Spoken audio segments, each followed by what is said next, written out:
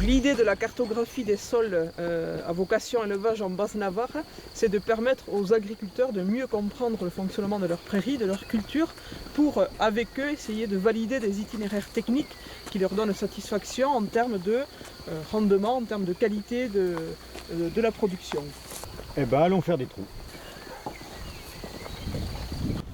On va peut-être faire une table, pas faire comme de l'enterrement, là c'est posé, mais donc là, on entre dans la parcelle, mais il faut éviter de rester sur l'entrée de parcelle, parce que là c'est modifié. Donc on va aller un peu plus loin, on va regarder un petit peu, trouver un point à peu près. Voilà, on a quand même des... Voilà, donc, mais là on monte sur un petit... Bon, on va se mettre là. Là, quand on arrive comme ça dans une parcelle, la plupart des agriculteurs ou des techniciens regardent d'abord la flore parce que c'est ce qu'on voit. Or, l'information importante, elle est dessous. Elle est dessous parce que c'est la racine qui est plus importante pour comprendre le fonctionnement du sol et avoir des itinéraires techniques que la partie aérienne. Donc, c'est impératif de creuser un trou. Alors quand je dis un trou, je devrais dire des trous. On a pris un point qui est arbitraire, on est un petit peu sur un sommet, on ira voir le creux, on ira voir l'autre sommet, mais il faut chaque fois faire un trou pour... Alors déjà avec ma bêche, je collecte de l'information parce que je vois si c'est assez, s'il y a des horizons compactés, avant même d'avoir ouvert le sol, j'ai déjà de l'information. Mais en fait, c'est surtout la racine, le développement racinaire qui va être mon information. Voilà. Alors vous remarquez quand même très très vite que on est sur des développements racinaires pas très profonds. Et qui sont pas magnifiques. On s'aperçoit que on a un sol qui est quand même assez massif, ce que j'avais déjà perçu avec la bêche. Et si je regarde trop vite, je me dis, ah ben non, j'ai des grumeaux, j'ai une structure de sol. Et pourtant, regardez la différence. Hein? Alors, c'est un sol qui va avoir de la structure, mais cette structure est très fragile. Normalement, quand j'écrase un petit peu comme ça, j'ai des grumeaux qui apparaissent, j'ai des agrégats, et ça s'appelle la structure. Et les racines ne peuvent pousser qu'entre les grumeaux. Les vides. Et c'est ce qu'on appelle la porosité. Et au premier coup d'œil ici, je m'aperçois que je n'ai pas énormément de vide. Et autre outil absolument indispensable, on va regarder et on va voir des tas de choses. On va voir des tas de choses et entre autres, on va voir des particules libres qui ont bouché les trous de la porosité de départ. Et automatiquement, si vous avez des racines trop faibles, la partie superficielle sera mauvaise, même si le sol est trop riche. Pourquoi ? Parce que un sol, pour pouvoir nourrir les plantes, doit être complètement exploré. Donc, on va essayer d'identifier si les agrégats de ce sol sont dus à l'activité biologique intense ou à la géochimie, la présence de certains éléments venant de la roche, ou au fameux complexe. Alors là, on a des petits tests tout simples, on va en faire un pour regarder tout ça. On va reprendre un petit peu là, hein, on va reprendre carrément proche de la surface, et on va regarder, on va mettre dans mon petit test là, je vais mettre des agrégats comme ça, je fais des petits agrégats, enfin, vous voyez, je fais un peu ce que ferait un outil quand il fait de la terre fine. Voilà. Je vais mettre à peu près l'équivalent ici. Voilà. Donc, je vais avoir mes agrégats qui sont là. Et normalement, si cette agrégation elle est due à l'activité des microbes, c'est principalement du sucre. Le sucre, c'est bien connu, est soluble dans l'eau. C'est de l'eau. Ce n'est pas le remplissage habituel de cette chose-là. Et puis, le sucre est insoluble dans les alcools. Alors ici, j'ai un mélange d'alcool qui va me permettre de voir si... Alors vous voyez, je vais... Hop. Voilà. Et à ce moment-là, dans un premier temps, je vois tout de suite... Je vais monter un petit peu mon truc, voilà. Je vois tout de suite des petits nuages qui apparaissent et qui n'apparaissent pas ici. Ça veut donc dire que j'ai déjà des particules qui étaient juste fixées dessus et on va en retrouver un tout petit peu ici. Alors, cette fois-ci, je vais faire une technique de Parkinson, hein, c'est-à-dire, vous voyez, je vais secouer. Regardez, vous voyez, les agrégats sont en train d'être dispersés par l'eau et très peu par l'alcool. Alors, quelle est la différence entre les deux? C'est que ici, ne sont mobiles que les particules qui n'étaient pas dans les agrégats. Ça confirme que j'ai des particules qui sont en train de migrer dans le sol et le fermer. Et ici, mes agrégats étant faits par du sucre, ils sont détruits, donc j'ai principalement une activité biologique intense comme source. Donc, comme itinéraire technique, je dois stimuler l'activité biologique intense. Pour ça, je vais vérifier l'état calcique, les matières organiques et l'aération. Et là, on a les 3 grands itinéraires techniques de toutes les pratiques agricoles. Là, on se balade, on voit qu'il y a quand même des légumineuses, il y a pas mal de légumineuses. Fonctionnent-elles ou ne fonctionnent-elles pas? Et bien ça, on peut le vérifier tout simplement en regardant les nodosités qu'on va avoir sur ces légumineuses. Alors, on va d'abord observer les nodosités, qui est un petit peu un système rapide, et ensuite on fera le test de l'état calcique pour décider d'un chaulage ad hoc. Vous voyez, c'est du trèfle blanc là. Bon, lui, il est pas merveilleusement équipé. Voilà, celle-là, c'est celle du trèfle blanc, celle-là, les voilà. Hein. Donc, ces nodosités, qu'est-ce qu'on a? On s'aperçoit très rapidement, hein, quand on les regarde, elles sont de quelle couleur? Rose. Il y a un petit fond rosé violacé. Alors, en général, ce qu'on fait, c'est qu'on va les couper, voilà. Alors la nodosité, c'est très simple. Quand elle fonctionne, qu'elle fixe l'azote, elle est rose. Quand elle ne fonctionne pas, qu'elle est au repos, elle est brune. Et quand elle est non fonctionnelle, elle est blanche. Ça veut dire que dans ce cas-là, elle ne fixe pas l'azote. Celle-là est en train de fixer l'azote. Là, c'est une observation très importante parce que souvent, il y a une erreur de diagnostic qui consiste à dire j'ai 30% de légumineuses, tout va bien. Si ça ne fixe pas, vous n'avez pas de porte d'entrée pour l'azote et l'année d'après, vous avez un problème de déficit d'azote qui va se répercuter sur l'activité biologique intense. Ensuite, en tant qu'éleveur, ici c'est une ferme d'élevage, je vais avoir des matières organiques, eh bien je vais toujours travailler mes matières organiques pour que ça stimule l'activité biologique intense. Généralement des matières organiques assez fraîches, des très jeunes composts, le fameux fumier assaini de Jacques Petit. On va regarder notre état calcique. Alors l'état calcique c'est très simple, hein.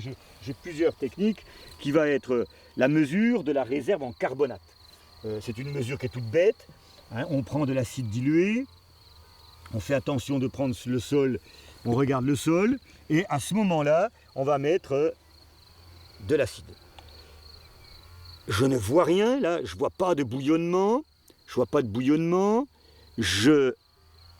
n'entends pas de bouillonnement, c'est ce qu'on appelle une carbonatation nulle, zéro, il n'y a pas de réserve carbonatée. Moralité, ce sol, plus il va fonctionner, plus il va s'acidifier si l'agriculteur n'intervient pas. Donc là, j'ai carbo zéro, je sais que je dois chauler, mais je ne connais pas la dose.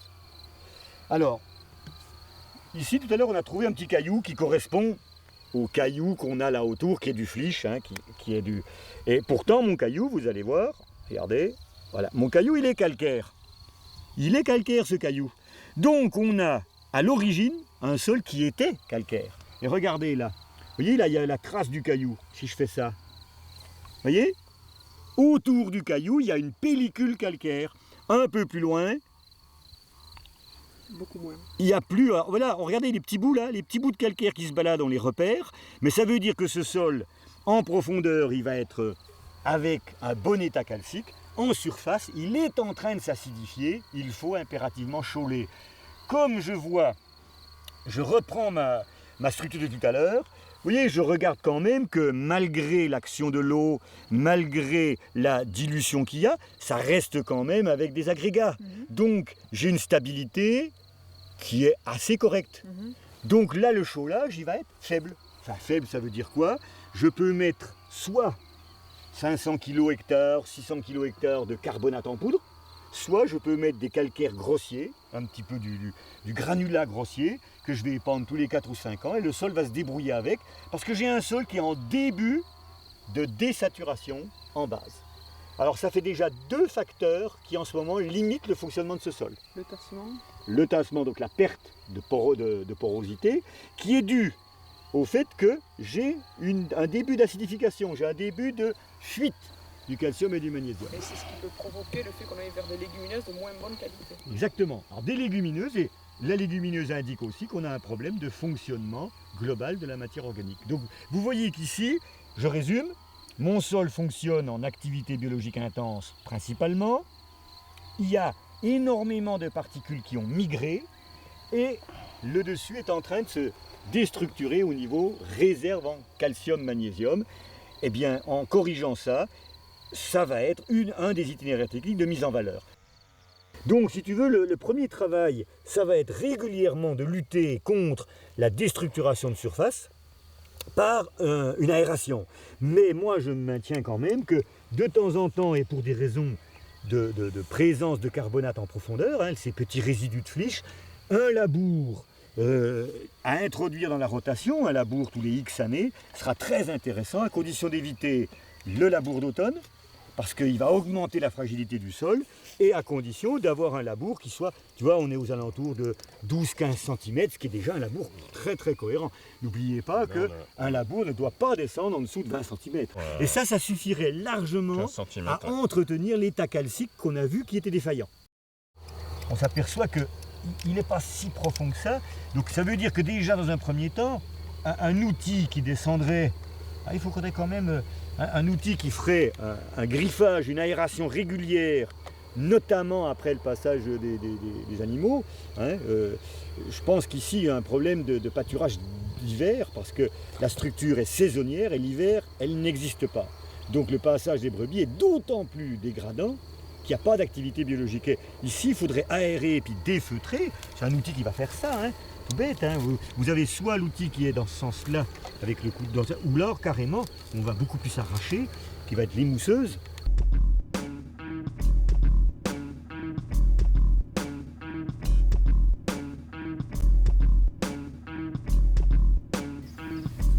Bon, tout à l'heure on a vu un sol, à plusieurs reprises, j'ai indiqué c'est un sol sur flysch. Sur flysch, c'est une formation très fréquente dans le Pays Basque. Et on va aller voir un affleurement de flysch, un sol de vallée qui est très épais, qui est très mélangé, trouve son origine dans le coteau avec l'érosion du flysch. Et maintenant, on va aller voir un affleurement pour bien que vous puissiez l'identifier. On est parti.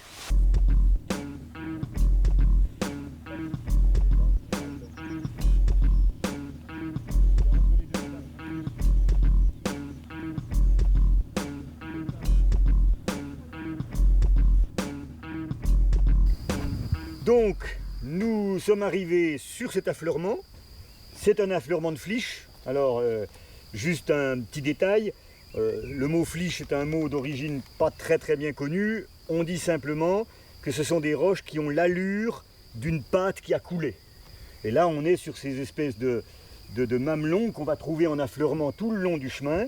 Ici, on voit très nettement la roche, la décomposition de la roche et le sol qui est en train de se former par décomposition de cette roche.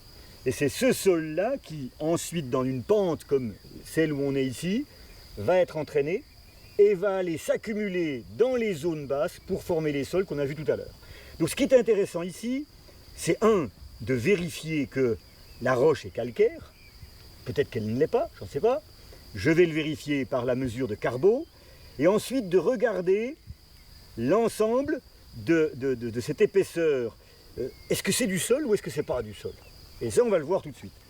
Un petit détail, quand vous trouvez ça, très souvent vous allez faire une erreur de diagnostic en disant tiens, j'ai ici un horizon très gris, très foncé, donc il y a de la matière organique. Complètement faux, c'est la couleur du flysch, la couleur de la roche, hein, qu'on va voir si je la casse, eh bien j'ai une couleur grise qui est due à du bitume, à du charbon et à du fer. Mais ce n'est pas de la matière organique de sol, et ça c'est important. Alors, et vous voyez ici je commence à voir des choses intéressantes, c'est des racines qui vont courir au contact, ce sont encore des racines égyptiennes qui sont là. Alors, on va vérifier, déjà, je reprends mon caillou, je le casse. Ça, ce serait un peu mieux si ça venait. Hop là, voilà. Je vérifie qu'il bouillonne à l'acide, il est calcaire. Et si je fais ici, voilà, vous allez voir que je suis complètement décarbonaté. Tout à l'heure, c'est des morceaux de cailloux à l'intérieur du sol encore, qui donnaient de la carbonatation. Un sol sur flysch se décarbonate et s'acidifie très vite. C'est pour ça qu'en agriculture, il faut surveiller la saturation en base pour pouvoir chauler ou broyer du calcaire et le réincorporer. D'accord ? Là encore, autre chose qu'on va voir, c'est que très souvent, on va avoir des petites taches. Si on est un petit peu rapide, on va dire c'est des taches d'hydromorphie, comme s'il y avait de l'eau. Vous imaginez qu'ici, il ne peut pas rester de l'eau. Il n'y a pas d'hydromorphie. Non, c'est tout simplement la décomposition de la roche par un processus qu'on appelle la ferrolyse, qui fait que ces taches apparaissent. Ce n'est pas lié à l'eau, c'est lié à la décomposition de la roche. Donc vous voyez, grosse erreur à ne pas commettre. Dernière chose sur lesquelles on pourrait faire des erreurs, ici vous avez de la litière, hein, vous avez un sol, un petit sol, et vous allez vous apercevoir que ce sol en fait il est très mince. Ici, on a essentiellement de la roche altérée, la roche décomposée qu'on appelle altérite. Et la confusion entre les deux fait que très souvent, eh bien, on va attribuer à cette zone un fonctionnement de sol alors qu'il n'en a pas. Il n'a pas de structure, il n'a pas d'éléments de porosité suffisante. C'est pour ça d'ailleurs que les racines descendent, vous voyez, elles descendent dans les fissures. Et voilà, hein, ce sont des racines qui vont descendre dans les fissures. Et en fait, le sol ici est très mince parce qu'au fur et à mesure qu'il est formé matière organique, matière minérale, il est entraîné vers le bas où il va former le fameux sol de ce matin qui est le sol cultivé de la région. Pour comprendre les fameux sols, les sols cultivables, les sols probablement fertiles du Pays Basque, il faut étudier tout l'environnement, il faut étudier l'ensemble dans lequel il se trouve. Sans cette observation-là, on ne peut absolument pas comprendre ni le sol et encore moins les analyses de laboratoire qui ne donneront jamais la réalité du fonctionnement du sol. Si vous voulez correctement utiliser vos analyses de laboratoire, quelle que soit la méthode, il faut d'abord connaître la parcelle, son origine, y compris l'origine, roche-mère, décomposition et différents produits de décomposition. C'est ce qu'on appelle un peu pompeusement la géochimie de l'altération, et c'est ça que, entre autres, toute la partie géologique, toute la partie un peu très technique va être notifiée dans la carte des sols destinés aux éleveurs, ce qui leur permettra d'accéder à de l'information de type géologique, tout en gardant la possibilité, grâce aux petits tests qu'on a vus tout à l'heure, de vérifier eux-mêmes sur le terrain en faisant des trous, en observant leurs racines, en observant leur sol, ce qu'il faut faire et surtout ce qu'il ne faut pas faire.